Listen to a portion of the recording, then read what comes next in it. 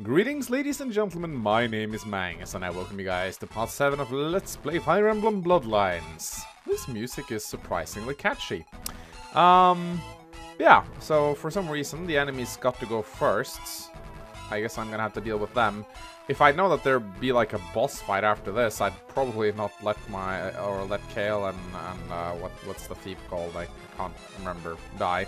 For some weird reason, Lemony and Nobia are suddenly on my side right now. I guess I'll just roll with it. Anyway, let's see. We need to deal with these guys, I think, before we do anything else.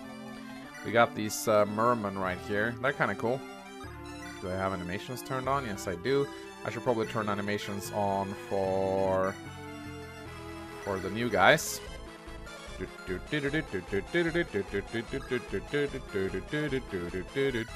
And this guy's like a magic user now. I have no idea what's up with that. He's suddenly a Viper Conjurer. Viperians, their magic and combat mastery is unparalleled. Okay. If you say so. But why do you let the enemies go first, though? That's a dick move. That's not very nice at all. Anyway, I guess I'll just deal with these guys. It doesn't look like he can do anything else than cast Eclipse at range anyway, so... which is really not that dangerous. Hit points, magic.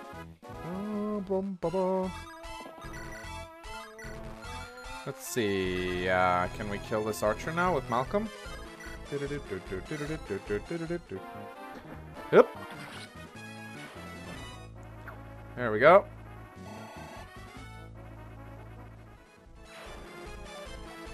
Alright. Let's see. How should we do this? So Frenzy Howl, that's like a berserk, right? Yeah, it's a berserk. I don't understand why he suddenly got that. I guess he just learned it. Frenzy Howl. I don't know. It feels a little bit silly, to be quite honest. These guys are using lances, which means that they're going to be a little bit hard to take down. I just hope I can kill them all. It's going to be hard hitting this guy. That's a cool sprite.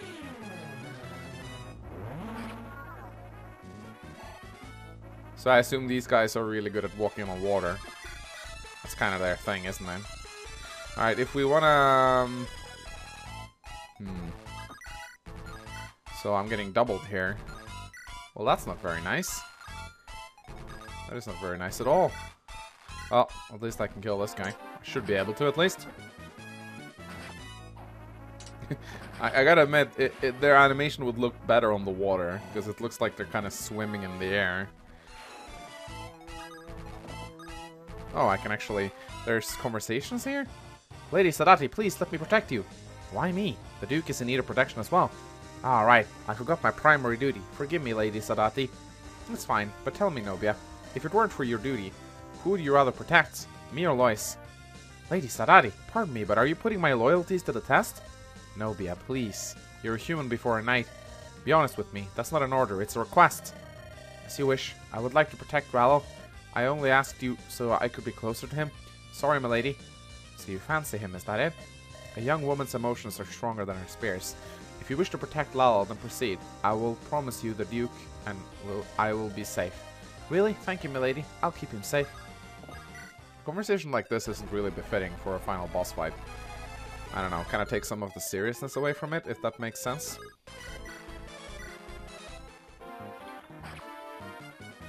I think that conversations like these are better served as support conversations, or in between chapter conversations, really. I guess I can just kill this guy. Is anyone here close to dying? I think Lemony will be fine. I think it's better if I heal up Nobia. Then I can use Rallal's light magic to kill this guy. There we go. Is the boss moving? He's kind of moving. And the Abyss is really not scary at all, because it's a fucking Eclipse. Actually, it could be kind of scary right now, because Lemony could die. Although I think her defense... That's a cool sprite, by the way. Her defense should be enough, I feel. Anyway. I think it's probably better if we just let the guy come to us. Unless he's content with just spamming his attacks. Ba-bum-ba-ba. Ba-bum-ba-ba.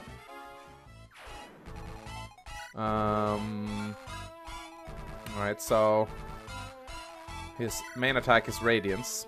So that is like a very powerful life magic. His speed is 11, so he shouldn't be able to double me.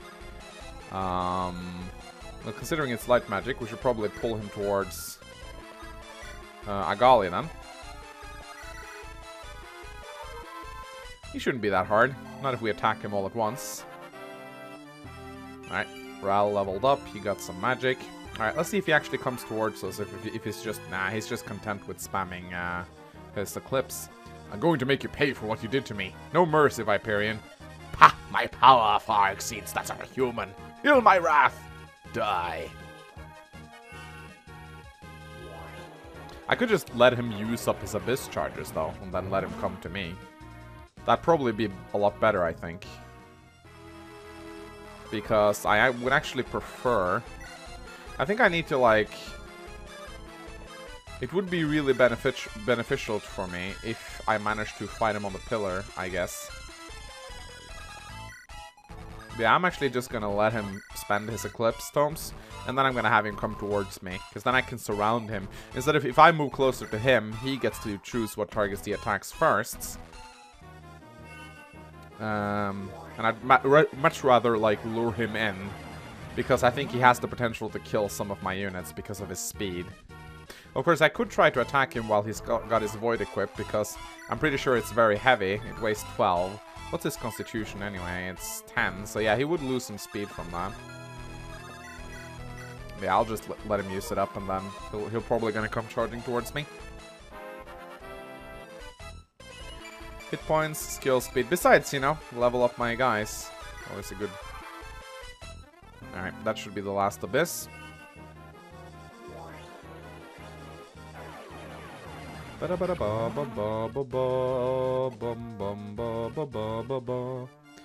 a cool boss theme. It really needs no modification. Alright, now he shouldn't be able to use Eclipse anymore. So he should go for a Golly. And he does. Ugh, don't like that critical. But hey, at least I got a weapon triangle advantage. This guy's gonna be very tough to bring down, I feel. Alright. I hope I've healed everyone up to full. Oh my god, no wait, he doesn't double me. Yeah, I guess I'm just gonna have to go with everything I have. Give up! You're finished! Shut up, birdie. You and your crows can burn in Volupris. Volupris. Cadvan. Cadvan of the Dark Bow. This is where it starts. The fight for Volupris. The fight for reputation. Or something.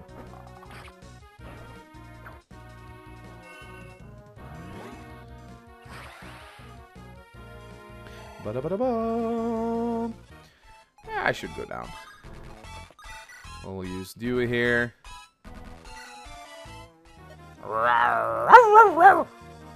Animal, why won't you die? Die, die, die, die! Ow, ow, ow!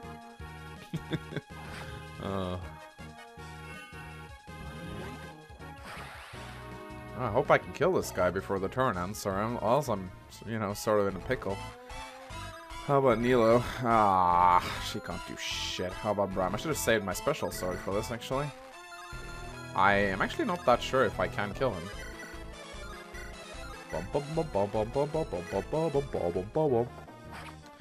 That 1% critical, am I right? Well, someone's gonna die at the end of this.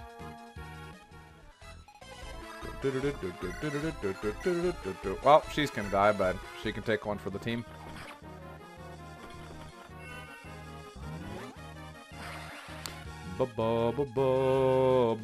Lemony is dead. Dead. Oh, Papa, I want to go home. I want to go back to the farm.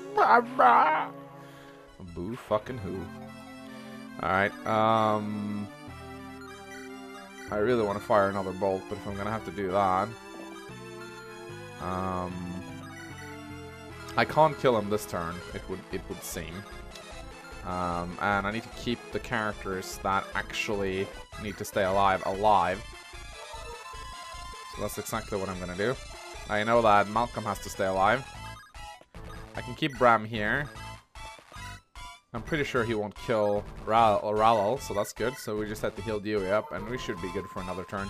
But I have to sacrifice some units here. A golly can use a slap patch. Like so. And we should be good, really. Yeah, now Nobia is gonna die. I hope she won't. I hope it's not a requirement to keep her alive. A knight must never falter. Ah, Ralal. Something tells me she's in love with the Ralal. Alright. We should be able to kill him now. I don't like that 3% critical, though. I absolutely hate it.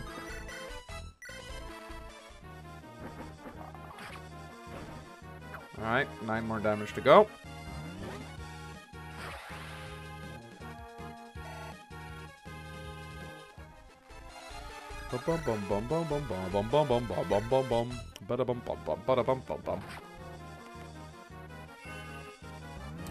Alright, 7 more damage. Can Bram get the job done now? Not quite yet. We need another bolt. Might get a crit in our face now. It'd actually be kind of cool to see his critical animation. Alright, time for him to die, I guess. No! How could I lose? How could I lose to them? This wasn't supposed to be the plan. Ah, no, I will not fall. Do you hear me? I have a destiny. I have a destiny. Please don't tell me he's not going to come back again. Because I'm getting tired of killing this fucker now. Hit points, skill, speed, defense. Bram continues his trend of not leveling strength. I wonder what his strength growth actually is. Is it over? Bram, tell me it's over. I can barely fly anymore. Yeah, Malcolm, he's done. Ralal, my son! Ralal, are you safe? Ralal! Father, you're safe, thank goodness. My beloved son, I am so relieved. Sir Ortrus Brambold, I owe you my sincerest apology. Oh my god, I'm gonna get a convoy. Woohoo! That's the thing I care about right now, because I see a convoy there. Your actions... Is that like a fucking convoy centaur? Like half horse, half carriage? Your actions have humbled me. I will grant whatever request you desire. Oh, I apologize to you as well, Malcolm and Dewey. And to the rest of you. Why are you apologizing to a dog? Does he even know this dog can understand language? Oh, Father, I am so happy to hear you utter such nice words. Apology humbly accepted, Duke Lois. I'd like to propose these requests, but just not now. I think we're all exhausted. May we rest here tonight? Of course, I will arrange this at once. Oh, it's the leather skin. Are you surprised to see me again? Huh? Didn't we fight you before? Am I seeing things? No, now that it's all over, I can hear the same calm voice. The voice that's been looming over me. It's you, Gillian. It's you, isn't it? Ha! Don't ask me how. I just felt it. Are you a Viperian too? Yes. Huh? Surprise! What the fuck is that? A jester? You transformed again? Correct. We're incredible creatures, aren't we? My human name is Gillian, but my Viperian name is Radali. Oh, you have a fursona now? My fursona is a snake. Radali? Wait a second, so it was you! You were dream-seeking me back in Newwood and Departa. All those times before. You acted so malicious to me. Why? Why didn't you just tell me? Ortrus, I was working undercover. I fought under the guise of a sellout in order to track you down. Remember when I said that I had to find you before they did? This is why. Had I not come, I feared you would have been killed, along with your friends by Seeker. What's the big idea? Do you know what the Red Luster is plotting? Julian, I still have hundreds of questions myself. Yeah, that pretty much sums up my opinion of this hack. I have 100 questions. I hope it answers them all. Ortrus. Hold on. Yeah, Ortrus, what's the big idea? You're a dead prince? It's a long story. Can't we talk about that later, Malcolm? No way! I want to know. I thought we were friends. You're obligated to tell me. But you've been together for like 2 chapters and you're best friends now. Obligated, says who? Says me. Oh, I second this notion. Agali? We could rewrite the history books. You're like royalty. Hey, you died. You're like royalty. I bet you have bunches of gold you're not telling us about. Otis has a powerful field to it, you know. Otis Brambold. I never fought alongside a noble of your status before. You interest me. You just want his dick. Ah, come on now. Wow, I've never been around so many nobles at one time. I need to clean myself up. I reckon we're going to be together for the long haul. Why, exactly? Lord Ortus Brambold, formerly known as Prince Ortus Brambold. I apologize for calling you by such informalities earlier. Please forgive me. Phew, you're going to ask me anything, right? I think he was supposed to say you're not going to ask me anything, right? Ortus Brambold. I'll tell you everything you need to know tomorrow. Enjoy this peace while you can, because if you are right, this world will cry in war. Why? Who is going to war and why? Alright. I'm just gonna do a quick save state here and see if the game actually continues after this. No, it doesn't, I'm pretty sure. Yeah, this just crashes. Okay, there's nothing more after this. Alright, so this is, I have a lot to say right now. Alright, so at this point I started rambling a lot, and I wasn't really good at focusing my thoughts, because I had to do criticism on the spot. So instead what I did was that I took a break, I slept, and I came back the next day after thinking a little bit about the hack, and I decided to pre-record each of the segments individually. So now I've gotten some time to think, and it's time for me to give my full review of this hack. I'm going to start by talking about this particular chapter first, and I'd like to talk about the introduction, the way it was written and the way it was done. So this is supposed to be a very hectic chapter. It's sort of the end of an act, if you will. Or maybe the end of the introduction to the story. And it should feel very epic and it should feel very hectic, but instead it just felt very chaotic. And it confused me a lot of times.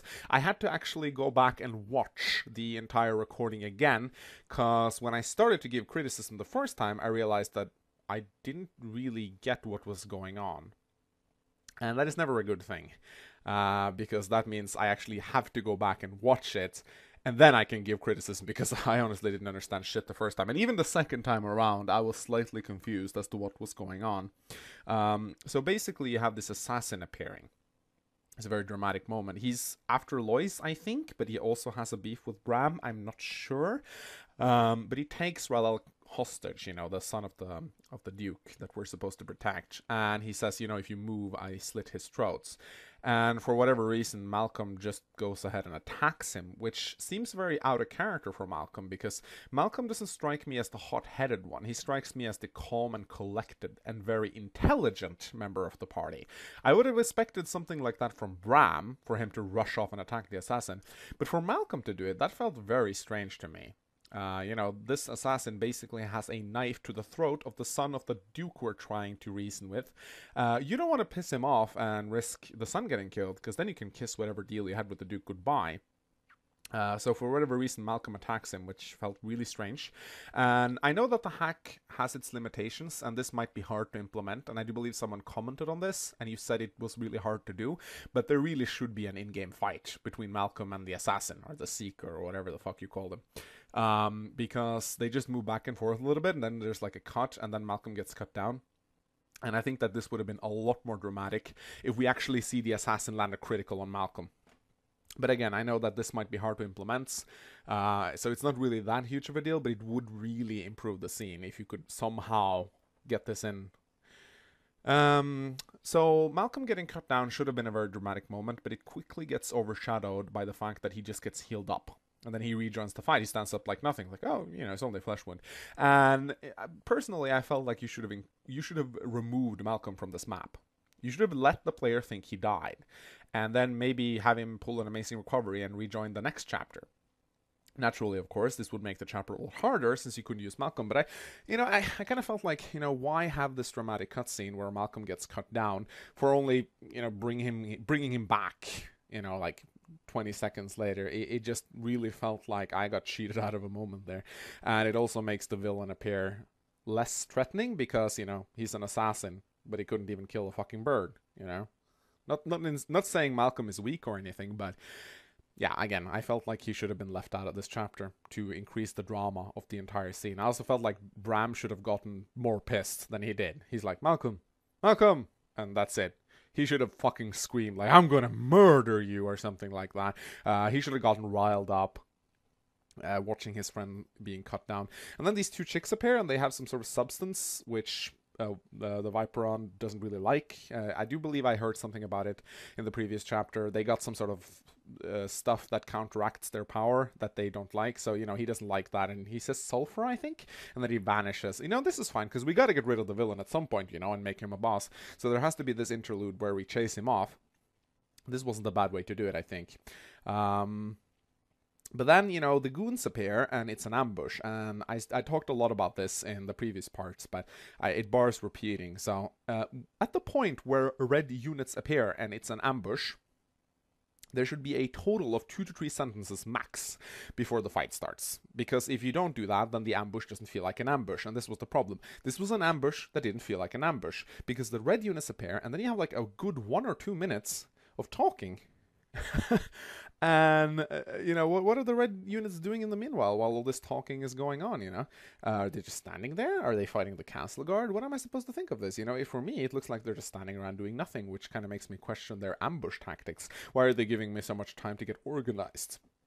I also feel like you missed out on a very good opportunity to have the ambush actually break a important conversation.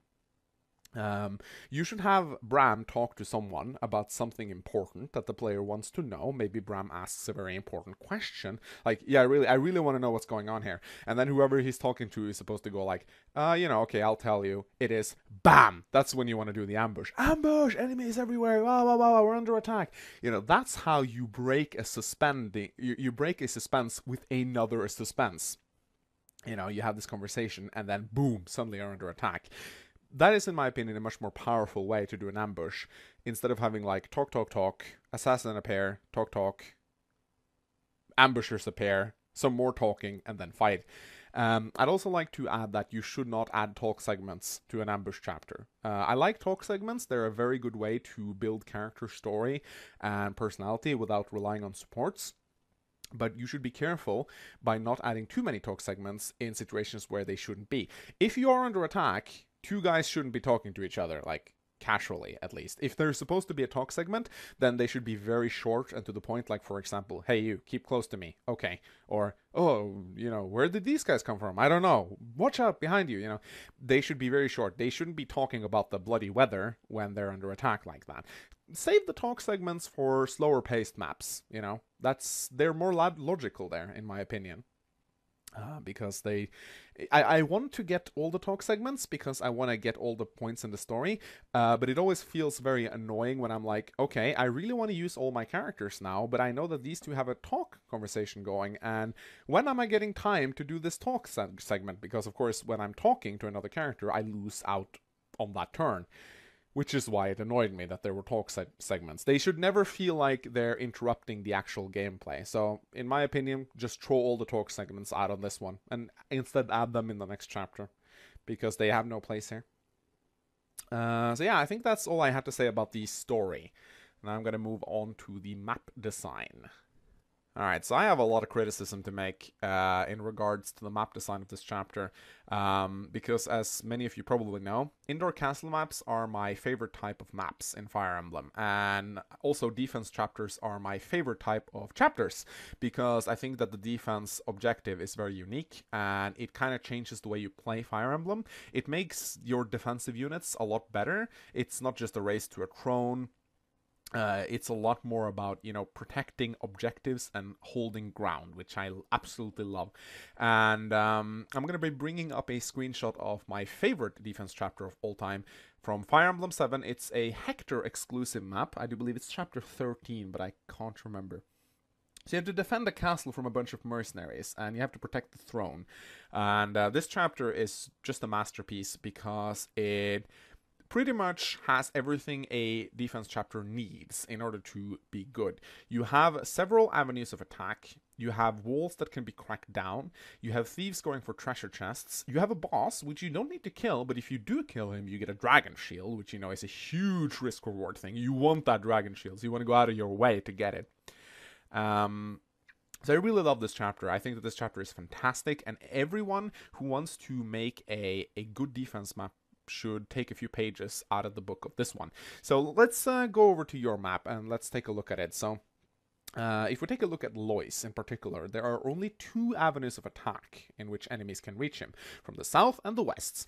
And both of these locations have green units. I am aware that I was supposed to be recruiting them. I didn't quite do that. I missed out on how to do that. It was supposed to say in the README.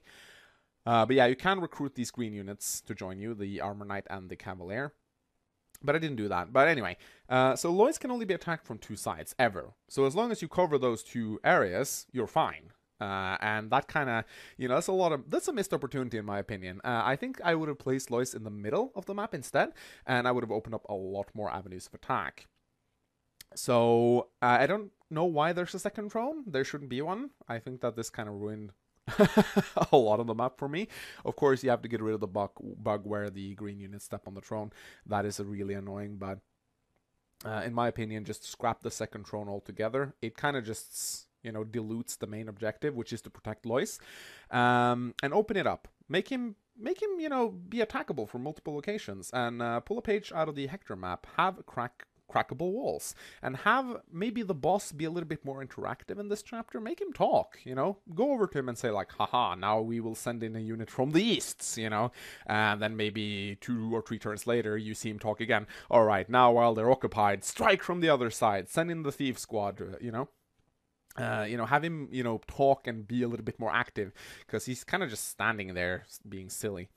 So yeah, put Lois in the middle and have more avenues for him to be attacked. That way you're kind of forcing me to split up, and you're forcing me to cover ground. Also, I missed choke points, and I missed more pillars. Only really 2 of the pillars got used on this map. Everything else was really just there for aesthetic visualization. So you should add more pillars in strategic locations, and you should add choke points. That way my defensive units can really shine and, you know, really choke hallways.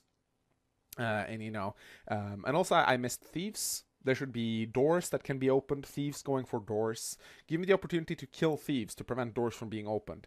And while we're on the subject of thieves, the treasure chamber was way too easy to get in. You know, I could just casually send my thief down to the south and loot the treasure, and there was absolutely no risk involved. It's not like I needed the thief anyway. In the Hector map, I was forced to often sacrifice 1 or 2 of my best units to actually clear a path for Matthew, so he could go down and steal the treasure. And if I wasn't quick enough, the enemy thief would come and swipe the treasure away. So that really created a very, you know, hectic risk-reward system.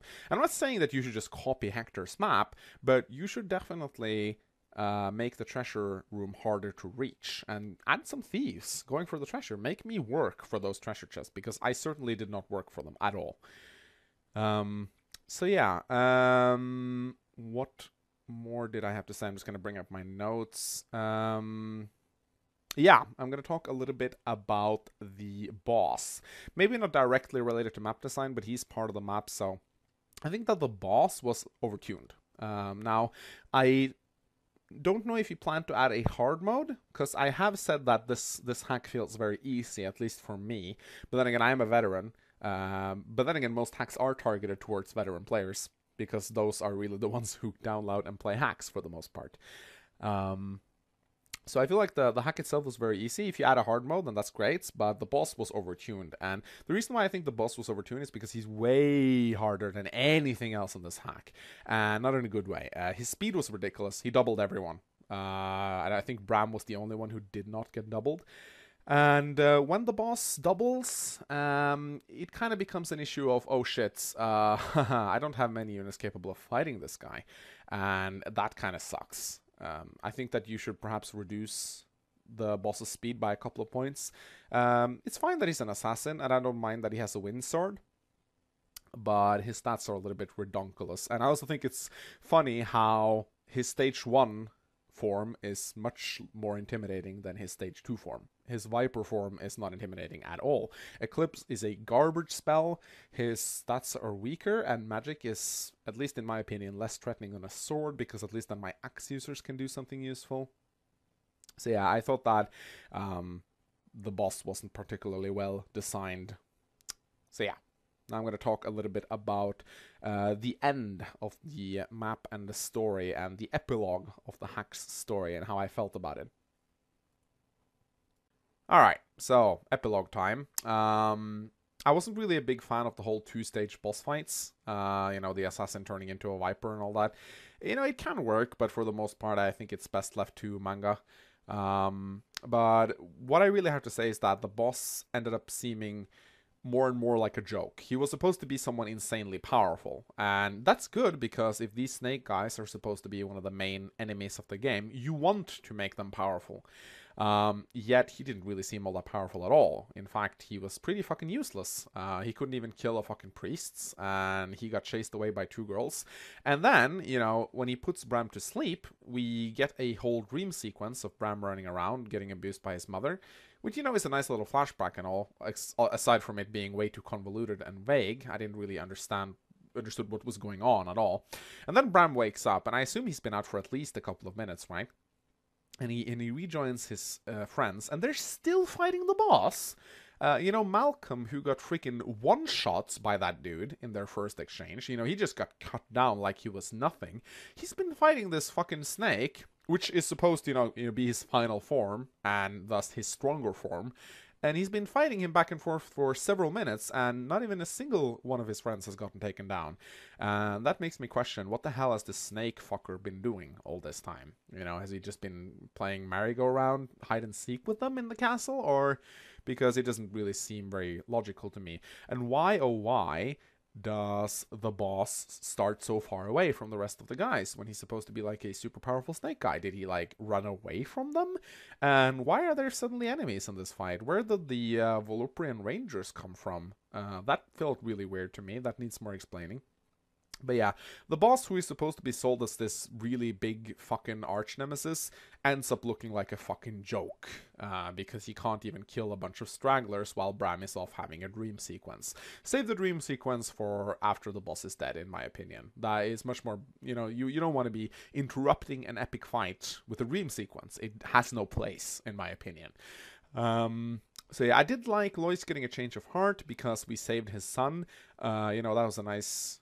you know, he was a hard douchebag, and then when his son got threatened, he kind of softened up a little bit, and when we protected his son, you know, he got like a little bit more sentimental, and he had a change of heart, and he was like, okay, I'll help you now. That's fine, I can get behind that. It was one of the things the hack did right. But at the end, there's just too many loose strings. You know, this jester appearing, I don't know who he is or why he has been dream-seeking Bram, but I think you're being too vague, and it's something that I've been saying a lot throughout the course of this hack. It's too vague, you know, hint, hint, hint, loose strings, dream sequences, unanswered questions. At some point you have to tie all this together, and I fear that you won't really be able to do it very well, and thus it's going to be a bummer. Because, you know, I've been expecting this grand reveal, and if it doesn't live up to the hype, because that's really the problem when you do, like, loose strings and convoluted plots, you kind of sets the bar up, and it makes me want to go like, oh, I wonder what the big reveal will be. And if it doesn't live up to the hype, I'm just going to sit there and go like, nah, this was kind of a waste of my time. So I think that the plot has way too many loose strings. And with that, I'm going to talk about the hack in general and how I feel about it, you know, as a whole. And I'm going to talk a little bit about Bram as a main character. I'm going to talk a little bit about the plots and generally my, you know, my collected thoughts of the hack, so to say. Alright, so story of the hack as a whole. I'd like to summarize the plot seen through my eyes. So if I were to sit down and explain to someone exactly what's been going on in the story, this is personally how I would explain it. And this is like, I've written down some notes, I've gone over it, and to my extent, this is how I would tell the story. So it starts off with this young guy, Bram, and he seems to have a past of sorts, and he has this village. I'm not sure what his connection to the village is. I assume he's been living there, even though he wakes up in sort of like a fort-like structure. So he doesn't sleep in the village, as far as I know, or maybe he was just out camping. I'm not sure. There is this little dude coming, yelling that the village is under attack. So Bram goes and he defends the village. It's like a very small gang of bandits who are harassing the village.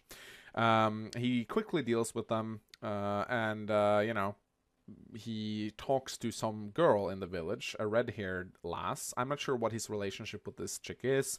If it's his girlfriend, his sister, you know, just his friend. I don't really understand what Bram's connection to this village is. I'm just going to assume that he lives here.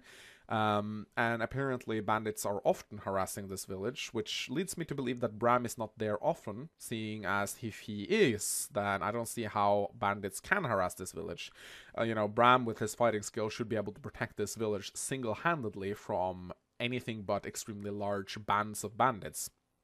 So apparently this is an issue, and he decides to go off on a quest to talk to someone in power to send a militia to the village to protect it. So apparently he cares for this village since he's willing to go out of his way to do that, but he also doesn't seem to want to stay in the village because he says he has to go, or he wants to go. So, you know, that kind of makes me wonder why he bothers. You know, because at the same time as he seems to care about the village, he also seems to not care particularly much for the village. So yeah, he leaves the village and he goes to this other village, and he wants to talk to the mayor of the village. The village is under attack, also by some dudes that I don't quite know who they are or what they want. It's very vague. And he befriends this guy named Malcolm, who was he the mayor? I can't even remember. I think he was just a leader of the militia there. And he gets told that, hey, by the mayor of that village, that, hey, I don't really have any power here, so you're gonna have to go speak to this other guy who is in charge. But here, take this parcel to the Duke, and Bram, we don't really get told what's in this parcel. Bram just takes it and go like, okay, I'm gonna go to this other place now. So he does, and of course, I forgot to say that on the way he meets this dog called Dewey, who is apparently a very special dog because he can understand human language and he can also fight, even though he's just a puppy.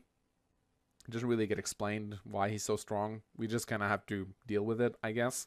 On his way, he meets some companions here and there who seems to tag along for no other reason than we're bored. And, you know, you seem interesting, so we'll join you, I guess.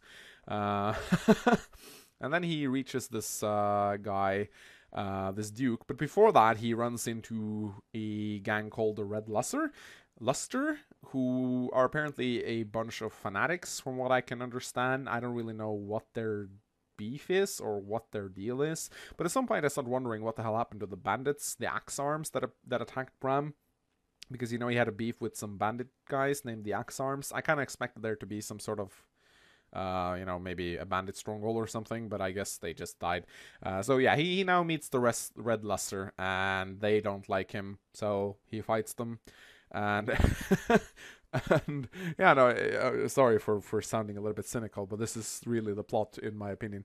And he fights the Red Luster. There's some ravens there. Malcolm doesn't like that. We get told that there's something going on in Crow Country, and Malcolm gets a little bit upset over that. You know, we fight the Red Luster, we meet some Egyptian chicks, and we all go to see the Duke. And the Duke is an asshole and doesn't want to help us. Luckily for us, however, he gets attacked by assassins just as that happens. We fight off the assassins, and the Duke suddenly loves us because we saved his son, even though we kind of let his son fight on the front lines, which he wasn't particularly fond of. And then some jester shows up, and we learn that Bram is a prince. You know, yay, forgotten prince, I guess. He was supposed to be dead, but he didn't die. We're not really sure if Bram knows this himself. He seems to have some sort of amnesia, but then again, I'm not really sure, because we don't really get much insight into Bram's thoughts. And we end the hack by saying, like, okay, there's going to be a war, although I don't really know why. But there's going to be a war, apparently. And people seem to want to follow Bram for whatever reason, so that's the plot in my eyes. I may be wrong. I may have missed parts, but I did actually go back and watch previous episodes to, collect the plots and get an understanding of what was going on. But I like to say, I know I said it before, but there's too many loose strings, and the plot is a little bit too chaotic. It seems to want to confuse me, but the problem is it confuses me too much, so I lose interest. I mean. I don't understand who I'm fighting. Who are the Red Lesser? Will they reveal their motives to me? Because there's a lot of convoluted shit going on here. Again, why are people following Bram? I don't get it. You know, he meets some dudes. Malcolm seems to be a very honorable guy. I can understand why Malcolm would tag along, although shouldn't he, like, have duties in the village he was protecting? He kind of just seemed to throw that away to follow Bram. But all these other guys who join up with Bram, why are they fighting with him? They seem to, like, lack motive to do so. So I always thought that was a little bit strange. I think that they should have a better reason for following him other than, you know, he seems like a cool guy. And why is there a war? What is this war people are talking about? Why is it coming, and why do people think there's going to be a war, and who are we going to be fighting? I assume these are all questions that are going to be answered, but again, I know I said it before, but you know, if you convolute things up too much and you have too many loose strings, you can kind of confuse the shit out of your player, and you can make them lose interest. So yeah, that's my opinion on the story. It's way too convoluted, way too loose. It needs to be more... You can have it be a little vague. Vague. That's the word I'm looking for. You can have it be a little vague. That's fine with me, but it needs to be a little bit more clear. And then we come to the part where I'm going to be talking about Bram as a character. You know, he is the main character, and thus I feel he deserves a segment of his own. And I'm going to go off on a limb here and say that as a character, Bram is not particularly interesting to me. For the 4 or 5 chapters that I got to play as him and see his character, I was not very intrigued. There was really nothing he did that stood out. I didn't really feel like this was a very interesting character at all. However, this is also not a big problem, because this is a recurring trend among protagonist characters. If we go through the official Fire Emblem games, how many of the lords have actually been interesting characters? Not a whole lot. You know, Marth was generic as fuck, Alm was generic as fuck, Sigurd was generic as fuck, Celise was generic as fuck, Leaf was generic as fuck, Roy was generic as fuck, Lindis to some extent was generic as fuck, Ephraim and Erica they were generic as fuck, Ike was certainly generic as fuck. I think like one of the few Fire Emblem lords that I actually liked was Hector. Chrom was also generic as fuck, and Lucina was also generic. You know, there's a lot of not interesting characters around. And this is because when you make a protagonist character, you have to make someone that the audience can relate to. And in most cases, this tends to be a very bland character that just does whatever is right. But this is not really a problem, because even if the main character is boring, what really makes a game is good side characters and good story. But I did not find Bram particularly interesting. But then again, he doesn't really need to be. But then there is something I want to talk about, and this is probably going to cause a shitstorm. I saw in the comment section that Bram was accused of being a Mary Sue character. A Mary Sue character, I'm actually going to read here what defines a Mary Sue. A Mary Sue character is a term that originated from old Star Trek fanfiction, where a Mary Sue was basically a main character that didn't have a single flaw, and they were perfect in every single way. These characters had a tendency to become better and better with each fanfiction that got released, and thus they were given the name Mary Sue. I'm not actually sure where the name Mary Sue comes from, but that's the description. So a Mary Sue is a character without flaws. Mary Sue's character is strong, handsome, and cool, and is often given some vague flaw, you know, to make them appear more human, but this is really not that big of a deal in most cases. So if we take a look at Bram, he certainly is strong. You know, there's no denying that. He is given the nickname Tempest, and he kind of whoops the ass. Like from the get-go, we see him like kicking the ass of 6 bandits. So he's very strong, and he is handsome. You know, look at his sprite. He's a handsome guy. He has a freaking headband, and he has spiky brown hair. There's no denying Bram is a very handsome character. He's also very cool. You know, the first time we see him thinking, oh wow, 6 bandits, that seems a bit too much. It's a nice pre-breakfast workout, you know, no biggie. He doesn't really seem to be afraid. When he gets attacked, he gets angry. I'm gonna murder you guys. And he's also dual-wielding katanas, which is, you know, a traditional cool guy thing to do. You know, dual-wielding in general is just... I don't know. I have problems taking dual-wielding seriously, because in most cases it just looks very much for show. And dual-wielding is not something that is very... And I'm not gonna go on a limb and say that Fire Emblem should be realistic, but in most cases, dual wielding is not something you want to do because it's not very good. And you know, dual wielding katanas, that you fall into sort of the Dristo Urden category of coolness right there. And let's also say that, yeah, he's given a vague flaw, and in this case, it's a troubled past. We see him displaying fear, but it's only in a flashback, and he seems to be a much younger Bram, so it doesn't really reflect his current character. So I'm sorry, but Bram is a Mary Sue character. He has, or Gary Stu, in the case of a male character, he has Gary Stu tendencies, and I really have to agree with the comment saying that he was, because he totally is. And then I'd also like to just talk very quickly about Dewey, because Dewey is also a very important character. He's a dog, and he gets a lot of screen time. And, well, what can I say? I hope that Dewey is going to be very, very important to the plot later on, because there's a lot of conversations going on between Dewey and Bram, and I'm not really sure how it progresses the plot forward. Like, I personally think that the conversations with Dewey would be a good opportunity to give Bram some character development, because Bram could open up to Dewey, seeing as he's a dog. I don't personally think that Bram should ask Dewey if he understands what he says. Instead, Bram should just start talking to Dewey, like, you know, talk about his past, talk about his fears or whatever, you know, to develop his character.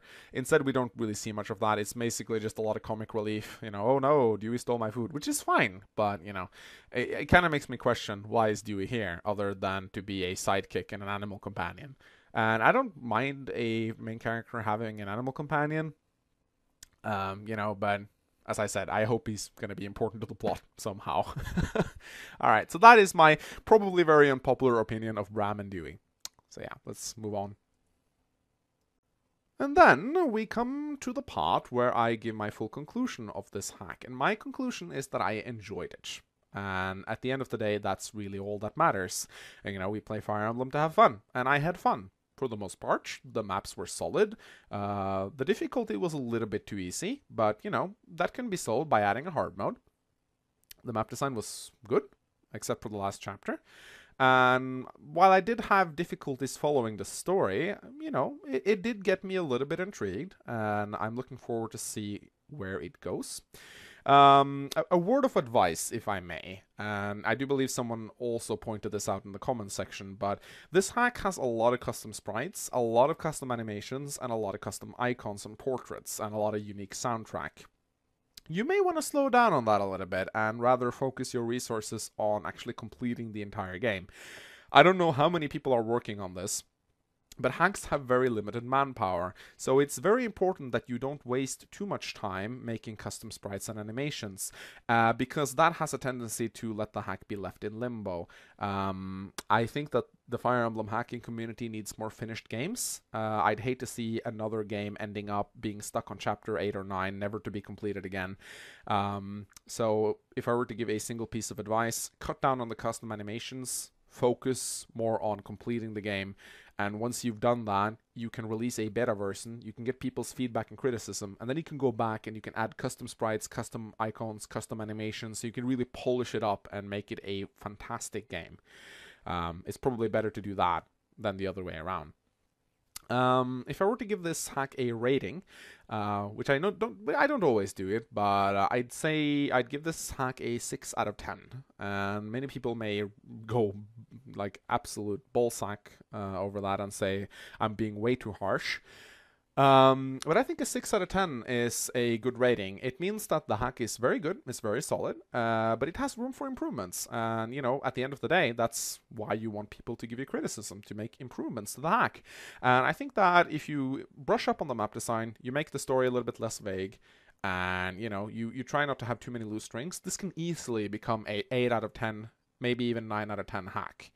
It has some ways to go before I'll give it a 10 out of 10. I've only ever given Midnight Sun a 10 out of 10 because I think that hack is amazing. But this hack definitely has potential, and I'm looking forward to seeing where it goes. And that's all I really want to say about it. This is the most time I've ever spent critiquing a hack, and I hope that it was satisfactory, and I hope that, hope that it was to some use. At the end of the day, these are just my opinions. You can do whatever the fuck you want with my opinions, so you don't need to listen to me. I'm not saying that I am the Jesus of Fire Emblem and that I know everything. These are just my thoughts and comments, and you do with them as you will. At any rate, guys, that's been it for me. I might continue this Let's Play once Gas Station releases more patches. We'll see. But this has been the end of this Let's Play so far. So my name is Mangs. Please consider leaving a thumbs up and a comment. Please let me know what you thought of this hack, and also let me know what you thought of my criticism of this hack, because I'm very interested to know. And as always, my name is Mangs, and I'll see you guys next time. Goodbye.